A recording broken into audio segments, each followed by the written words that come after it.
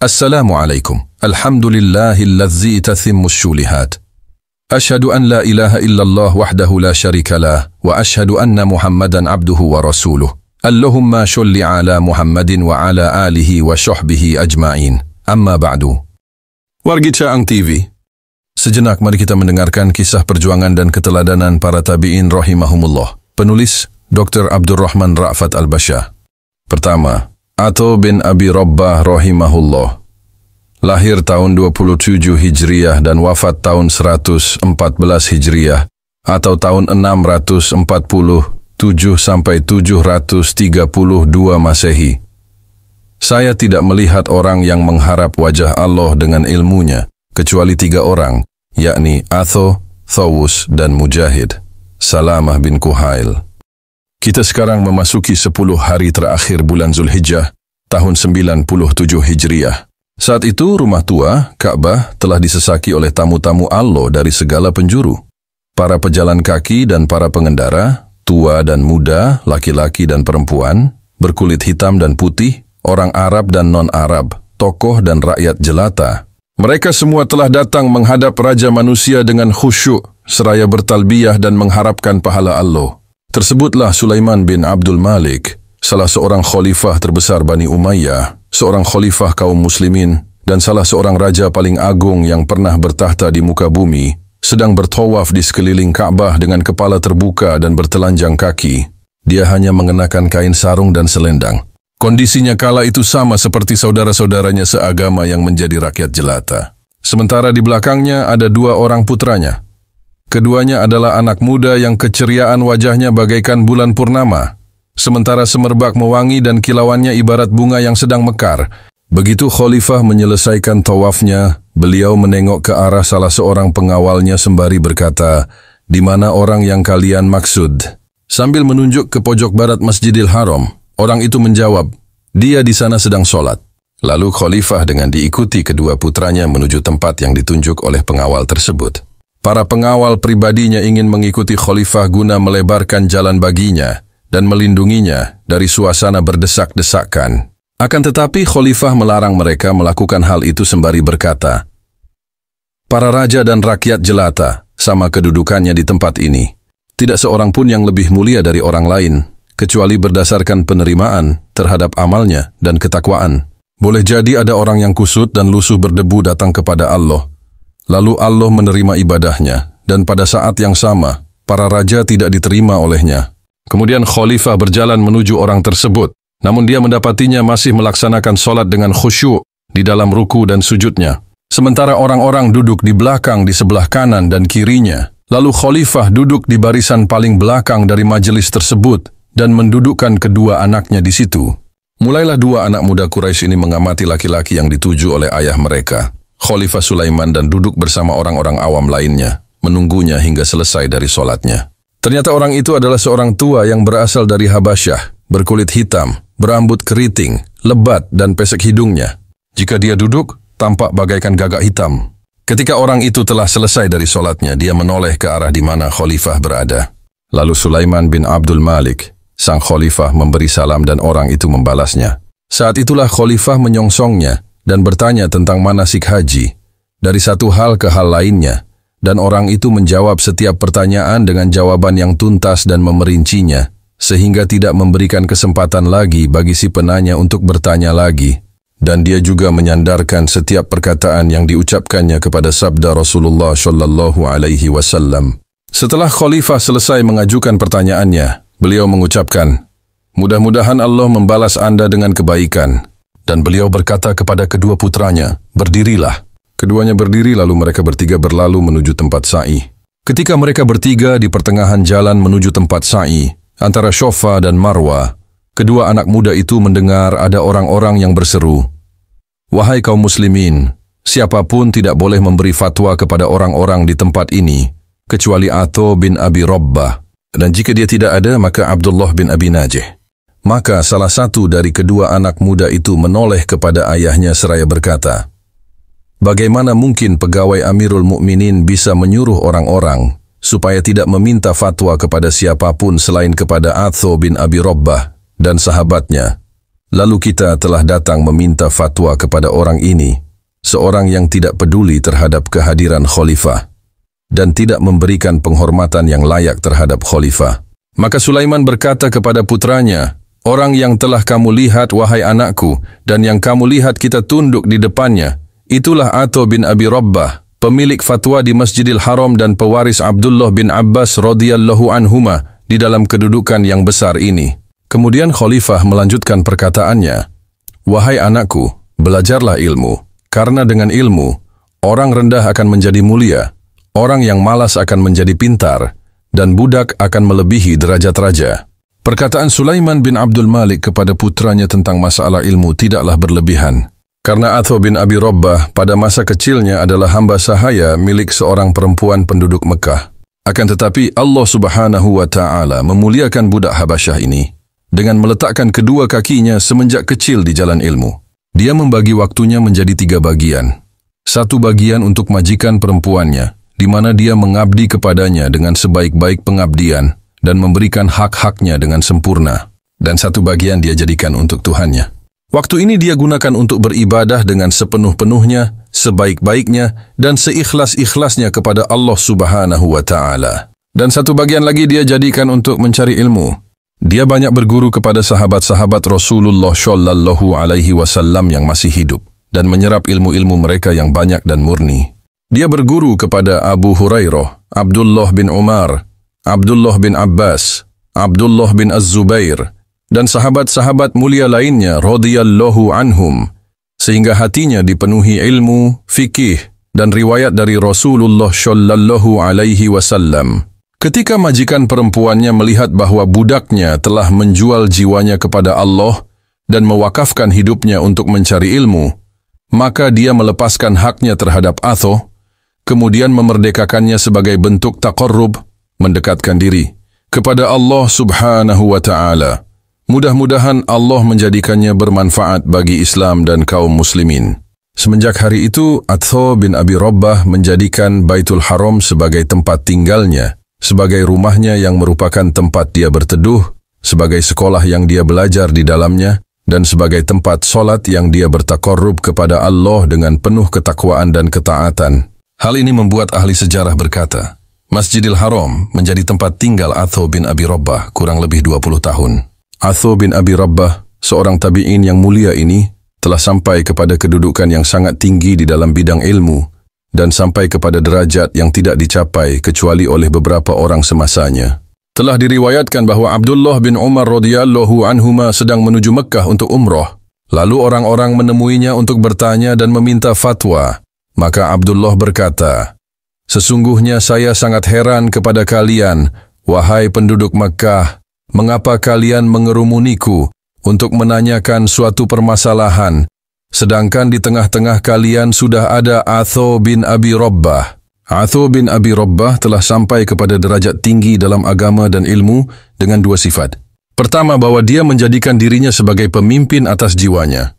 Dia tidak memberikan kesempatan kepadanya untuk bersenang-senang dengan sesuatu yang tidak berguna. Kedua, bahwa dia menjadikan dirinya sebagai pemimpin atas waktunya. Dia tidak membiarkannya hanyut di dalam perkataan dan perbuatan yang melebihi keperluan. Muhammad bin Suqah, salah seorang ulama dan ahli ibadah di Kufah, bercerita kepada orang-orang yang mengunjunginya, maukah kalian mendengar suatu ucapan? Barangkali ucapan ini dapat memberi manfaat kepada kalian, sebagaimana ia telah memberi manfaat kepadaku. Mereka menjawab, ya. Dia berkata, pada suatu hari, Atha bin Abi Rabbah menasihatiku. Dia berkata, wahai keponakanku, sesungguhnya orang-orang sebelum kami dahulu tidak menyukai perkataan yang sia-sia. Lalu aku bertanya, dan apa perkataan yang sia-sia menurut mereka? Atha menjawab, dahulu mereka menganggap setiap perkataan yang bukan membaca atau memahami kitab Allah Subhanahu wa Ta'ala sebagai perkataan sia-sia. Demikian pula dengan yang bukan meriwayatkan dan mengkaji hadits Rasulullah Shallallahu Alaihi Wasallam, atau menyuruh yang ma'ruf dan mencegah yang mungkar, atau ilmu yang dapat digunakan untuk taqarrub kepada Allah Subhanahu wa Ta'ala, atau kamu berbicara tentang kebutuhanmu dan mata pencaharianmu yang harus dibicarakan. Kemudian dia mengarahkan pandangannya kepadaku dan berkata, apakah kamu mengingkari? Dan sesungguhnya terhadap kalian ada malaikat-malaikat yang mengawasi amal perbuatan kalian, yang mulia di sisi Allah, dan yang mencatat amal perbuatan kalian. Surah Al-Infitor ayat 10-11. Dan bersama masing-masing dari kalian ada 2 malaikat, di mana yang satu duduk di sebelah kanan dan yang lain di sebelah kiri. Tidak ada suatu kata yang dia ucapkan melainkan ada di sisinya malaikat pengawas yang selalu siap mencatat. Surah Qaf ayat 17-18.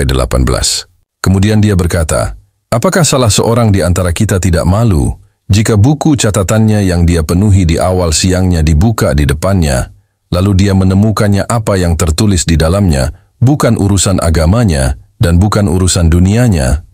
Allah subhanahu wa ta'ala benar-benar menjadikan ilmu Atho bin Abi Rabbah bermanfaat bagi banyak golongan manusia. Di antara mereka ada orang-orang yang khusus ahli ilmu, para pekerja dan lainnya.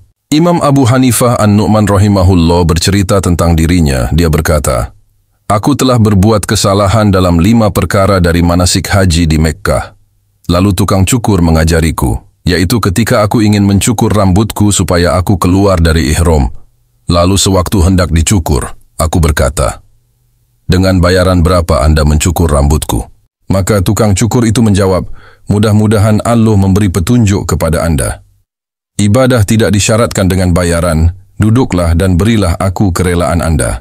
Maka aku merasa malu dan aku duduk. Namun aku duduk dalam keadaan berpaling dari arah kiblat. Lalu tukang cukur itu menoleh ke arahku supaya aku menghadap kiblat. Aku menurutinya. Dan aku semakin grogi. Kemudian aku menyilakannya supaya mencukur kepalaku yang sebelah kiri. Tetapi dia berkata, berikan bagian kanan kepala Anda. Lalu aku berputar. Dan mulailah dia mencukur kepalaku, sedangkan aku terdiam sambil melihatnya dan merasa kagum kepadanya. Lalu dia berkata kepadaku, kenapa Anda diam? Bertakbirlah. Lalu aku bertakbir, sehingga aku berdiri untuk siap-siap pergi. Lalu dia bertanya, kemana Anda akan pergi? Maka aku menjawab, aku akan menuju kendaraanku. Lalu dia berkata, sholatlah 2 rakaat, kemudian pergilah kemana Anda suka. Lalu aku sholat 2 rakaat, dan aku berkata dalam hati, seorang tukang cukur tidak akan berbuat seperti ini, kecuali dia adalah orang yang berilmu. Maka aku berkata kepadanya, dari mana Anda dapatkan manasik yang Anda perintahkan kepadaku ini? Maka dia menjawab, demi Allah, aku telah melihat Atho bin Abi Rabbah melakukannya, lalu aku mengikutinya, dan aku mengarahkan orang lain kepadanya. Dunia telah berdatangan kepada Atho bin Abi Rabbah, namun dia berpaling dan menolaknya dengan keras. Dia hidup sepanjang umurnya hanya dengan mengenakan baju yang harganya tidak melebihi 5 dirham. Para khalifah juga telah mengundangnya supaya dia menemani mereka. Akan tetapi dia tidak memenuhi ajakan mereka, karena lebih mengkhawatirkan agamanya daripada dunianya. Namun demikian dia akan datang kepada mereka jika kedatangannya itu mendatangkan manfaat bagi kaum muslimin atau ada kebaikan untuk Islam. Di antaranya seperti yang diceritakan oleh Utsman bin Atho al-Khurasani. Dia berkata, pada suatu perjalanan bersama ayahku, kami ingin berkunjung kepada Hisham bin Abdul Malik. Ketika kami telah berjalan mendekati Damaskus, tiba-tiba kami melihat orang tua di atas keledai hitam dengan mengenakan baju jelek dan kasar jahitannya, serta memakai jubah lusuh dan berpeci. Tempat duduknya terbuat dari kayu, maka aku tertawakan dia, dan aku berkata kepada ayah, siapa ini? Maka ayah menjawab, diam, ini adalah penghulu ahli fikih penduduk Hijaz, Atho bin Abi Rabbah. Setelah orang itu dekat dengan kami, ayah turun dari bagalnya, dan orang itu juga turun dari keledainya, lalu keduanya berpelukan dan saling menyapa. Kemudian keduanya kembali menaiki kendaraannya, sehingga keduanya berhenti di pintu istana Hisham bin Abdul Malik.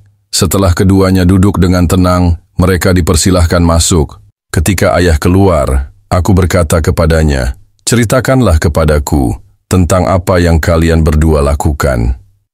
Maka ayah berkata, ketika Hisham mengetahui bahwa Atho bin Abi Rabbah berada di depan pintu, beliau segera mempersilahkannya masuk. Dan demi Allah, aku tidak bisa masuk kecuali karena sebab dia. Dan ketika Hisham melihatnya, beliau berkata, selamat datang, kemari, kemari. Dan terus beliau berkata kepadanya, "Kemari, kemari." Sehingga beliau mempersilahkannya duduk bersamanya di atas permadaninya dan menyentuhkan lututnya dengan lututnya. Di antara orang-orang yang duduk adalah orang-orang besar, dan sebelumnya mereka sedang berbincang-bincang, lalu mereka terdiam. Kemudian Hisham menghadap kepadanya dan bertanya, "Apa keperluan Anda, wahai Abu Muhammad?" Atau berkata, "Wahai Amirul Mukminin, penduduk Haramain, Mekah dan Madinah, adalah penduduk negeri Allah dan tetangga Rasulnya. Berikanlah kepada mereka rizki-rizki dan pemberian-pemberian." Maka Hisham menjawab, "Baik, wahai ajudan, tulislah untuk penduduk Mekah dan Madinah pemberian-pemberian dan rizki-rizki mereka untuk waktu 1 tahun. Kemudian Hisham berkata, "Apakah ada keperluan lain, wahai Abu Muhammad?" Atau berkata, "Ya, wahai Amirul Mukminin, penduduk Hijaz dan penduduk Najd adalah inti orang-orang Arab dan pemuka Islam. Maka berikanlah kepada mereka kelebihan sedekah, zakat mereka." Maka Hisham berkata, "Baik, wahai ajudan, tulislah bahawa kelebihan sedekah mereka dikembalikan kepada mereka. Apakah ada keperluan lain selain itu, wahai Abu Muhammad?" Tanya Hisham lagi, "Ya, wahai Amirul Mukminin, kaum muslimin yang menjaga di perbatasan, mereka berdiri di depan musuh-musuh Anda, dan mereka akan membunuh setiap orang yang berbuat jahat kepada kaum muslimin, maka berikanlah sebagian rizki kepada mereka. Karena kalau mereka mati, maka perbatasan akan hilang." Tandas Atau. Maka Hisham berkata, "Baik, wahai ajudan, tulislah supaya dikirim rizki kepada mereka. Apakah ada keperluan lain, wahai Abu Muhammad?" Atau berkata, "Ya wahai Amirul Mukminin, orang-orang ahli zimmah hendaknya tidak dibebani dengan apa yang mereka tidak mampu, karena apa yang Anda tarik dari mereka merupakan bantuan untuk Anda atas musuh Anda." Maka Hisham berkata, "Wahai ajudan, tulislah untuk orang-orang ahli zimmah, supaya mereka tidak dibebani dengan sesuatu yang mereka tidak mampu. Apakah ada keperluan lain, wahai Abu Muhammad?" Atau berkata, "Ya, bertakwalah kepada Allah di dalam diri Anda, wahai Amirul Mukminin, dan ketahuilah bahwa Anda diciptakan dalam keadaan sendiri, dan Anda akan mati dalam keadaan sendiri, dibangkitkan dalam keadaan sendiri, dan dihisab dalam keadaan sendiri. Dan demi Allah, tidak seorang pun dari orang-orang yang Anda lihat akan menyertai Anda." Maka Hisham menyungkurkan wajahnya ke tanah dan menangis. Lalu Atau berdiri dan aku berdiri bersamanya. Ketika kami sampai ke pintu, ternyata ada seseorang yang mengikuti Atau dengan membawa kantong, dan aku tidak tahu apa yang ada di dalamnya. Dan orang itu berkata kepadanya, "Sesungguhnya Amirul Mukminin mengirim ini kepada Anda." Maka Atau berkata, "Maaf, aku tidak akan menerima ini. Dan aku tidak meminta imbalan kepada kalian atas seruanku itu. Imbalanku hanyalah dari Tuhan seluruh alam." Surah Asy-Syu'ara ayat 109. Demi Allah, sesungguhnya Atau menemui khalifah dan keluar dari sisinya tanpa meminum setetes air pun. Atau bin Abi Rabbah dikaruniai umur panjang hingga hampir 100 tahun. Umur itu dia penuhi dengan ilmu, amal, kebaikan, dan takwa. Dan dia membersihkannya dengan zuhud dari kekayaan yang ada di tangan manusia dan sangat mengharap ganjaran yang ada di sisi Allah. Ketika dia wafat, dia dalam keadaan ringan dari beban dunia, banyak berbekal dengan amal akhirat. Selain itu, dia melakukan ibadah haji sebanyak 70 kali. Dia melakukan di dalamnya 70 kali wukuf di Arafah. Di sana dia memohon kepada Allah agar mendapatkan keridhoannya dan surganya, dan memohon perlindungan kepadanya dari murkanya dan dari nerakanya. Demikianlah kisah Atau bin Abi Rabbah, pemilik fatwa di Masjidil Haram pada masanya. Semoga bisa kita jadikan pelajaran. Subhanakallahumma wa bihamdika ashhadu an la ilaha illa anta astaghfiruka wa atubu ilaik. Wassalamu alaikum.